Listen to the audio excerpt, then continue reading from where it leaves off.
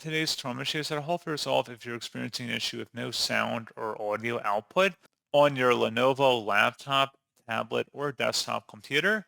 So this should hopefully be a pretty straightforward process, guys. And without further ado, let's go ahead and jump straight into it.